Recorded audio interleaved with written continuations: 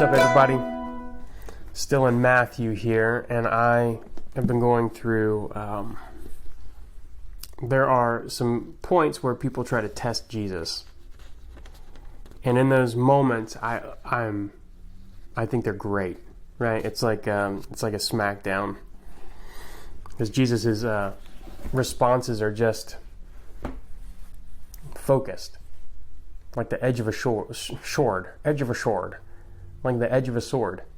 He just cuts away the issues that hang people up. It's amazing. So in chapter 19, I'll read it. Now when Jesus had finished these sayings, he went away from Galilee and entered the region of Judea beyond the Jordan. Large crowds followed him, and he healed them there. And Pharisees came up to him and tested him by asking, "Is it lawful to divorce one's wife for any cause?" He answered, "Have you not read that he created them from the beginning, made them male and female? And said, therefore a man shall leave his father and his mother and hold fast to his wife, and the two shall become one flesh. So they are no longer two, but one flesh. What therefore God has joined together, let not man separate." They said to him, "Why then did Moses command one to give a certificate of divorce and to send her away?" He said to them, "Because of your hardness of heart, Moses allowed you to divorce your wives, but from the beginning it was not so. And I say to you, whoever divorces his wife, except for sexual immorality, and marries another, commits adultery." The disciples said to him, "If such is the case of a man and his wife, it is better not to marry." But he said to them, "Not everyone can receive this saying, but only those to whom it is given. For there are eunuchs who have been so from birth, and there are eunuchs who have been made eunuchs by men, and there are eunuchs who have made themselves eunuchs for the sake of the kingdom of heaven. Let the one who is able to receive this, receive it." So, pretty interesting, because there are a few things about this that take us straight back. And so Jesus is the Messiah. The Gospels are the beginning of the age of the kingdom of heaven.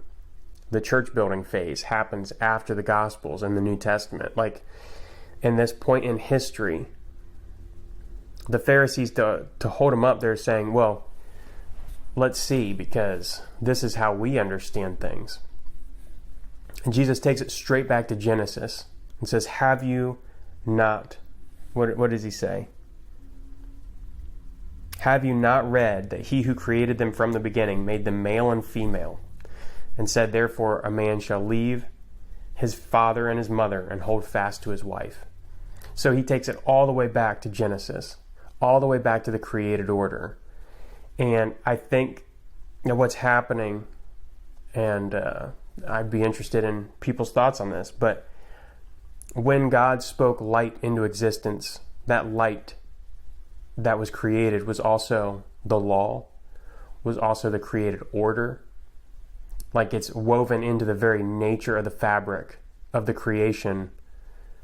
God's law and order and will and intent and sovereign plan is all woven into the minute that he spoke light into existence.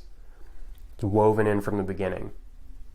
And so Jesus, I think, is pointing out the legalism here of the Pharisees and saying, you want to override the order that God created. You want to give a way out. There is no way out. There's no way out. This is the created order, right? And what's interesting to me is he's not holding you to somebody else's actions. He's holding you to your own actions. And so he's saying that in the beginning, God created them male and female. There's an order that a man leaves his family and clings to his wife. They become one flesh. There's an order to that. Why is that? It's to produce children, right? What's the next section? So then, what God has joined together, let not man separate. He goes on to say, why did Moses command one to give a certificate? And he said, because of your hardness of heart, Moses allowed you to divorce your wives, but from the beginning it was not so. So he's saying that's not the intended order. And I say to you, whoever divorces his wife, except for sexual immorality, and marries another, commits adultery.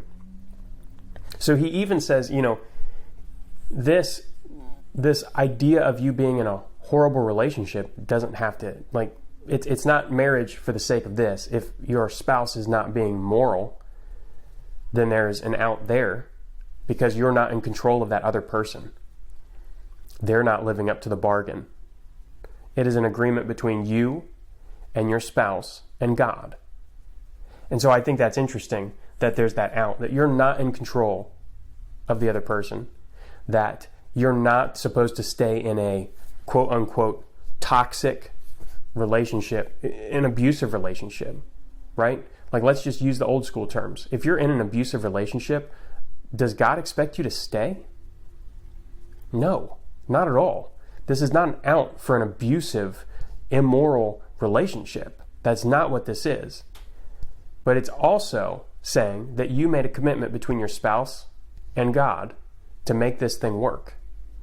Like, if for no other reason, that's why you don't get divorced. And so I think it's interesting that the caveats are in here, right? I would be interested in the abusive relationship part, because I would be curious about that.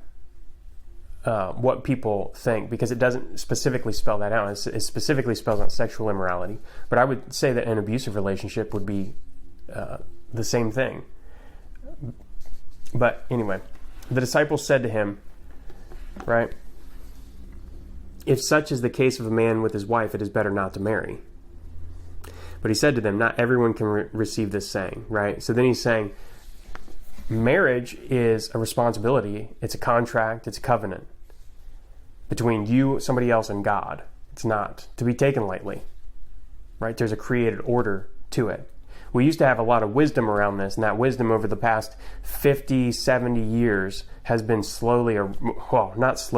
quickly eroded. Like in the history of humanity, the rate of change of how we think about marriage and divorce and families and all of this has just completely gone bonkers, right? Things that your grandma would have told you are now super controversial, like don't sleep around before you get married. Men will think you're a whore if you sleep around. Men, you should be ashamed of sleeping around before getting married as well, right? It's not a one-sided equation here. In that instance, equality is a thing, right? Like we should all strive to be more sexually pure before marriage and to treat marriage as the covenant that it is. But it goes on to say in verse 13, then children were brought to him that he might lay his hands on them and pray.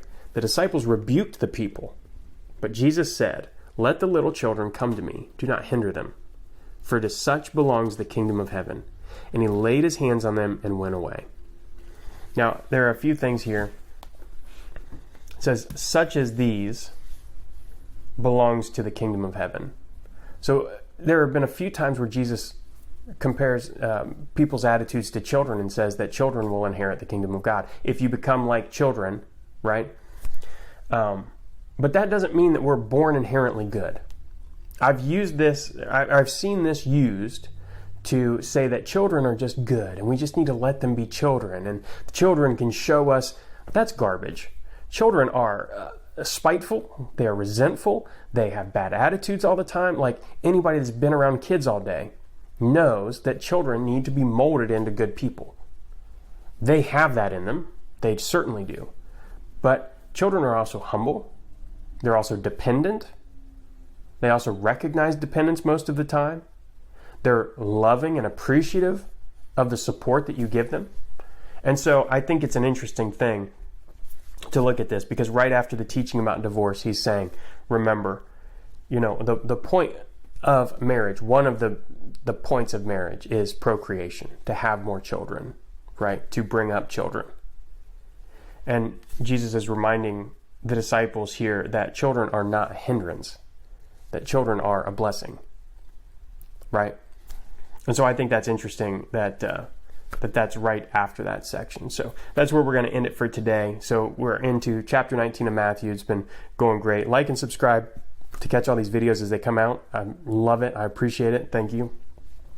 Put some comments below if you want to get a conversation started. I try to respond to all of them at this point and have some fun with it, but it's much more fun to study the Bible with other people. So get in a church, get in a Bible study locally to you, start a Bible study if you're interested. If you're doing this all the time, if you're watching Bible study videos and talking with other people about it, might as well get one started. So there's that.